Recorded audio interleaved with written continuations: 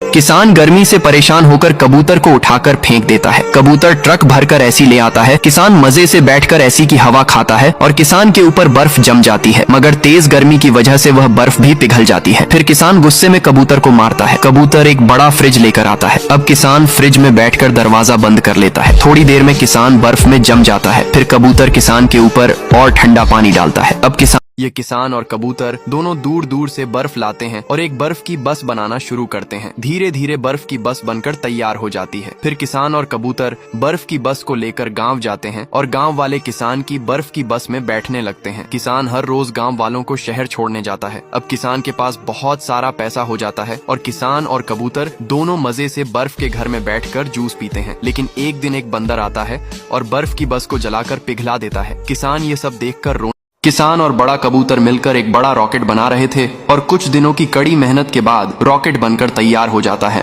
और फिर कबूतर चांद पर जाने के लिए रॉकेट में बैठ जाता है और फिर चांद के लिए रवाना हो जाता है। 2 दिनों के बाद कबूतर चांद पर लैंड कर जाता है और वहां की जमीन जांचने के लिए एक गड्ढा खोदता है और फिर उसमें एक सेब का पेड़ लगा देता है। कुछ दिनों के बाद पेड़ बड़ा हो जाता है और फल किसान गन्ने का सारा जूस पी जाता है। फिर किसान का पेट नहीं भरता है तो कबूतर पर चिल्लाता है। बेचारा कबूतर डर के मारे एक सेब का पेड़ लगाता है और खूब सारा पानी डालता है। अब पेड़ बड़ा हो जाता है तो कबूतर सेब को तोड़ता है और ट्रैक्टर में भर कर ले आता है। फिर किसान मजे से सेब खाता है, लेकिन किसान कबूतर से कहता है, मुझे अंगूर खाने हैं, जाऊं कुछ करूं। फिर कबूतर एक खेत में जाता है। कबूतर अपनी चोंच से अंगूर का बीज लगाता है। कबूतर खूब मेहनत करता है। फिर कबूतर अंगूरों के पौधों को पानी देता है। अंगूर की फसल तैयार हो जाती है। किसान आता है और सारे अंगूर उठाकर ले जाता है। किसान अमरूद के बगीचे में रहता था। कबूतर उसका दोस्त था। कबूतर अमरूद को तोड़कर बाजार में बेचने के लिए जाता है और फिर खूब सारा पैसा कमाता है। एक दिन किसान और कबूतर जब अपने झोपड़ी में सो रहा होता है, तभी कुछ हरामी बंदर आते हैं और फिर अमरूद को चुरा कर भाग जाते। दादी और कबूतर घर को बनाने के लिए